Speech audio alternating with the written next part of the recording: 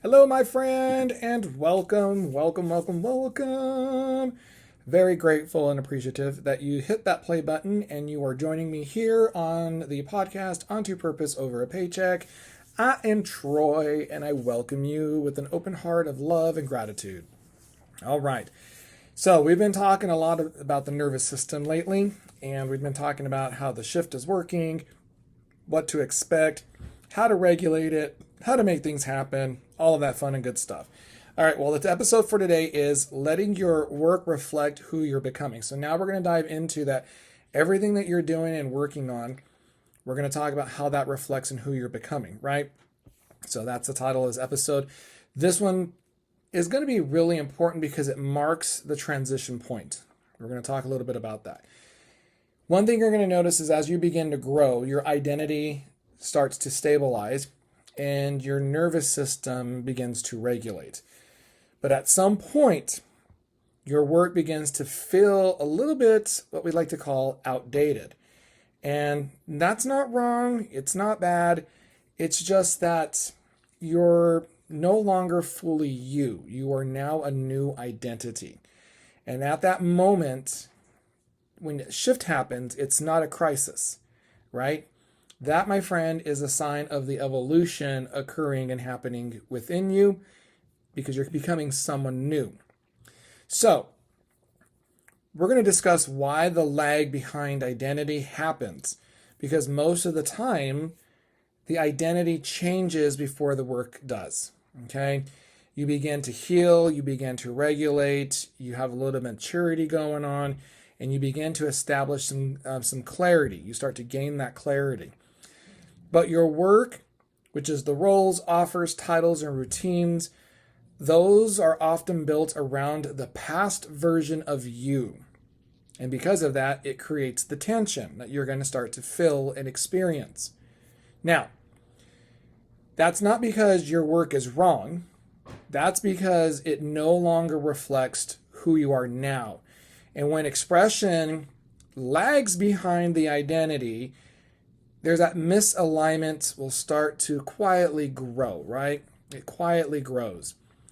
But we're going to understand that the subtle discomfort of outgrowing your work just not really that dramatic, right? That usually doesn't arrive in some big showmanship or some kind of dramatic episode or something. It just shows up that you may have this loss of inspiration, you might have a little bit of mild resentment, you might have some boredom without clarity, and you might have this sense of, I don't fit here the same way anymore, right?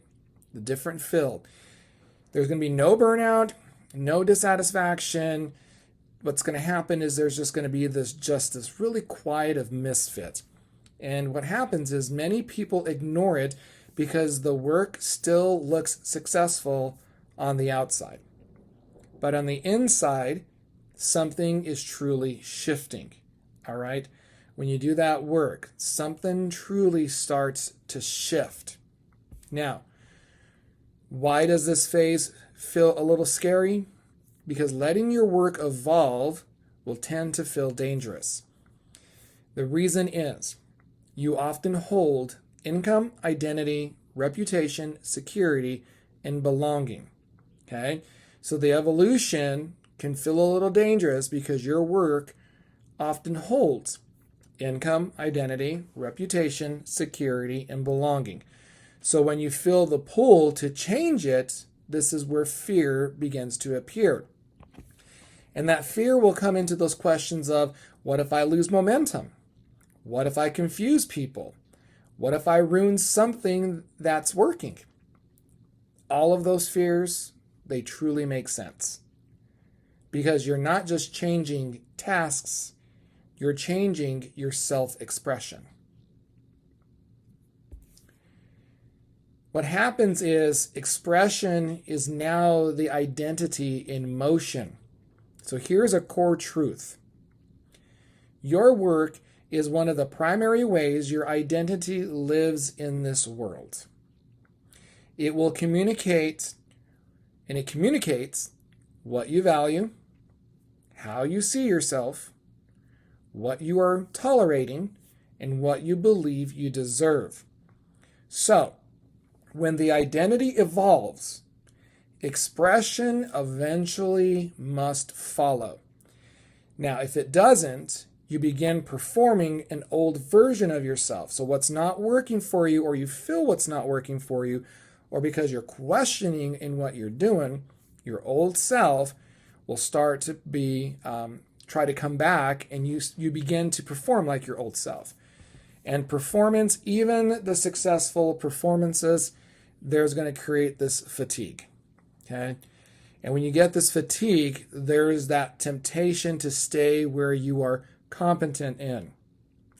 So, one of the hardest things to release is competence.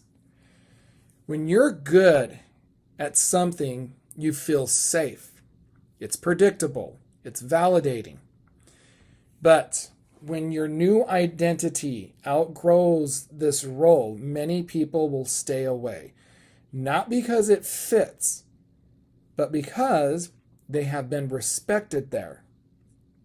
But staying where you are competent at, but no longer aligned, you eventually start to disconnect yourself from the creativity, presence, and joy. And because of all of this growth, it often requires becoming a beginner again. So you're going to start from the very beginning again, right? And when you do that, what you need to do is take courage, okay?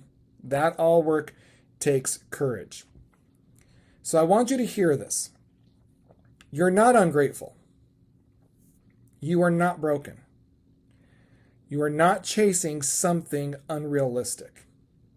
What you are doing is you are responding to an identity update. We've talked about this a lot. It's upgrading ourselves. Upgrading ourselves. And when we begin to update ourselves, that update deserves the attention. It doesn't deserve suppression. So, you don't need to burn everything down. You just need to let your work catch up to who you are becoming now. Now, revolution doesn't require reinvention. Now, let me tell you, this part really matters deeply, because letting your work evolve does not mean starting over, erasing your past, abandoning your skills, throwing away everything you built. This evolution is going to arrive in very subtle, small ways. What it's going to do, it's going to look like updating your focus, refining offers, shifting how you show up, changing what you say yes to. You carry your experience forward, you just express it a little different now. That is not reinvention. That is integration. So when we start to let our work become truer, our work begins to reflect this identity, and because that happens, something changes. Our effort feels cleaner. The boundaries we set begin to feel easier. Our confidence feels quieter, but it's deeper now. And our impact feels more natural. You begin to stop performing like your old self. You begin to start expressing as the new self. People will feel the difference, even if they can't name it. Because why? Alignment shows. All of this is going to show. It's going to come up. It's going to be present. It's going to be there, right? So when we have this transition happen, we may be thinking to ourselves, what should my work be now? If you find yourself asking that question, what should my work be now? You need to reframe it asking, what part of me is ready to be expressed differently? When you ask that question leads you toward a cleaner purpose. It leads you to a truer contribution. and a more sustainable success. And it keeps the identity, not fear, at the center of this growth that you're going through. Okay? So when you're asking yourself, what part of me is ready to be expressed differently, that question is going to bring a clearer purpose, truer contribution, and a more subtle, sustainable success, right? This is not fear. What this is the true center of the growth process. It's the true center of the growth process. So that was a lot to carry, a lot to discuss and to think about. But in our next episode, we are going to be looking at holding more without hardening. And we're also going to talk about how to expand emotionally, professionally, and energetically without losing our softness or humanity. That's going to be coming up in our next episode. So, before I go, I have something I want to share with you, of course. If something in this episode today resonated with you, make sure you are following, make sure you're sharing it out, make sure you're leaving a rating or a comment. If you have any questions or comments, please feel free to ask that. And if when you were listening, and if something kind of nudged you or it made you think, there's more for me,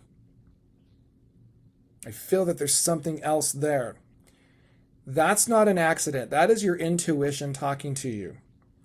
And if you've had that, you need to check out my Linktree. I have some amazing resources available for you. I have a collection of ebooks, journaling, and some amazing identity shifting tools that those are all created to help you stop repeating these same patterns that are holding you back from upgrading yourself. And what they do is they guide you into becoming the version who naturally attracts the life that they want, the peace that they deserve, and the abundance that it is their birthright. And that you're ready for this, right? The collection of things that I have on my Linktree are not about motivation. They're about transformation. All of this podcast is about transformation. My ebooks, my courses, everything is about transformation. So check out my Linktree. You're going to find out my 30-day program. You're going to see my ebooks. You're going to see all of the stuff that I bring, that it's available for you to start helping you build your new version of yourself, right? Change that mindset and get ready to step into the aligned success. So go to Linktree/Troy Rivera. That's linktr.ee/Troy Rivera. And always remember this. You don't manifest what you want, you manifest who you become. Okay, friend? Exactly. All right, before I leave, remember this. Your work is not meant to trap you in who you used to be. Your work is meant to evolve with who you are becoming. Let that sink in for a while. All right. As I always say, talk to you soon.